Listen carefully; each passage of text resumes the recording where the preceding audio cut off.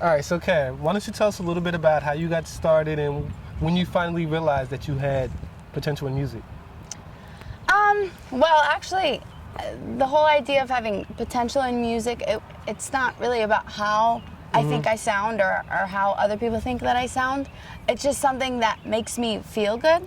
And I realized that made me, that almost completed me, I guess, as a person. I don't know if that's like cliche to say, but No, that makes sense. Yeah. when I was younger, I just like, that's what I did. Like, you know, if my mom's like, oh, go play outside, I'd be like, okay. And then I'd go outside and like sing to trees and like myself, like a crazy person. But I think that's why I have such like a eclectic style, if you will. Just because I just like, I find inspiration in anything. Just Now, makes me feel talking about your early childhood, clearly, you are from Norristown. You graduated from Norristown. Yep. So congratulations on that. Thank you. The question I have for you is, how has Norristown helped develop who you are as an artist? A lot of people who aren't in the Norristown community, who just go by things that they hear, whether it's positive or negative, aren't going to understand the actual dynamic of the community itself, unless you're in it or you're and shown to you. I mean, I did this competition called the Manco Idol. It's a Manco Idol singing competition, and I got so much support from people I didn't even know in the Norristown community, just because that's how Norristown is. Like, oh, this person's from Norristown, I'm going to support them, because there's just great people like that in this community. Now, what other local shows or I don't know, I don't want to say talent shows, but... Oh, just like gigs and stuff like that? Well, basically, I try to gig as much as I can. So, like, performing at, you know, like, community days or bars or, you know, weddings, things like that. But a lot of it is done online. Like, I have a Reverb Nation, and I have a music page and things like that. So I'm just trying to discover what sound I want to put out there first, because when I'm performing, I feel like it's always something different. I don't like to repeat the same. Like I just like to I like to take in the energy. I like to experience, you know, what my songs can do, or you know, what the crowd is doing for me. So it's always something different, and I've been working a lot with putting songs online and just seeing like sort of what reactions that gets. So now, in terms of what kind of sound you want to put out there, what kind of music do you associate yourself with? Do you have a specific genre that you gear more towards, or lean towards? That's a really great question, because a lot of people ask me like, oh, well, what's your genre, you know? And for me, it's not that simple. I don't just go to one genre. I learn from all kinds of music genres and on all kinds of artists. I can say, oh, that's great that they did this, or oh, that's great that they did this, and then I think about what I can recreate if I'm inspired by that, or I think about you know, like, what are they're where they are because this is what they did. You know, should I be emulating that path? Are there things that I can gather from other people's success that can get me sort of where I want to be? Which, like, I don't care about being famous. I really don't. I just want to make a living, a comfortable living, doing what I love to do, because there are too many people out there doing the 9-to-5 and they don't love it. So it seems like you're all about the music and the way it makes you feel and what you get out of it. Yeah, and definitely. I think that's fantastic. Thank you. Also, I think that your diversity, wow, comes from, I guess, your experience in Norristown. It seems like that's really helped shape who you've become as an artist, and I think that's really great. Yeah, I mean, I was born in Norristown, and then for the first couple of years of my life, I lived in Chester County.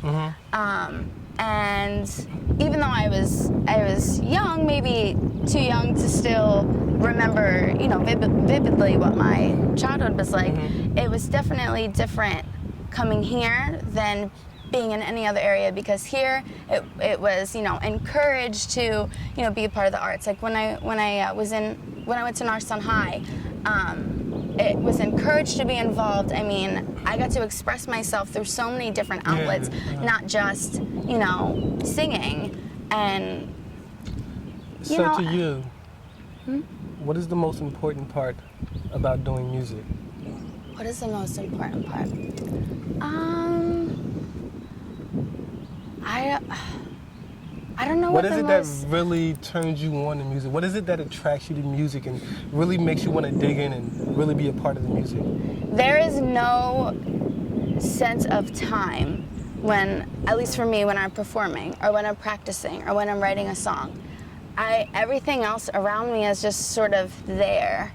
And when I'm writing and trying to figure out, you know, or I just want to let myself go in something, whether it's a live song, I mean, just, it's comfortable for me. I learn from it. I have fun with it. It's what gets me through the day sometimes, you know, just if you're having a bad day and you just sing along and then I'm like, oh wait, I can make a cool song out of that. Or like, you know, turning poetry into, you know, music with chorus and verses and stuff. Yeah. So not only is music influential, but things that you're going through can also be influenced through music and vice versa. Oh, definitely. And not even just my own music, just listening to other artists and just appreciating, you know, the time that they took to write that song, or, you know, the hard work that they put in to get the really cool harmonies, or like the unexpected instrument pairing. I mean, artists like Kimbra do that all the time, and it's so just like beautiful and amusing to watch someone just like, I don't know, finding themselves through sounds. I mean, that's amazing. Well, in terms of sound and really creating something that's quality, who would you be your ideal person to work with in terms, like, through the music industry? Oh, okay. Dead or alive? Really? No, dead or alive. Well, we can have that. Anybody, dead or alive, yes. Anybody. Okay. I would love to have a conversation with the members of Pink Floyd, because, you know, their music is still topping the charts, and it's been, you know, how long since I don't even know if I want to say their peak in their music career, because their peak is kind of still going, but just talking to members of that band would be awesome, because they're so original and they're so different. But I could say that about a lot of artists, because I feel like there's something interesting within every artist.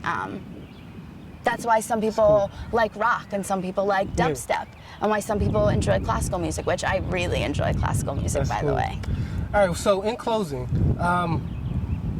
just let everyone know where they can find you or how they can get in contact with you. Yeah, definitely. And also, if I could, tell everyone watching, for those who are looking to get involved in the music industry, what do they have to do to get on the right track?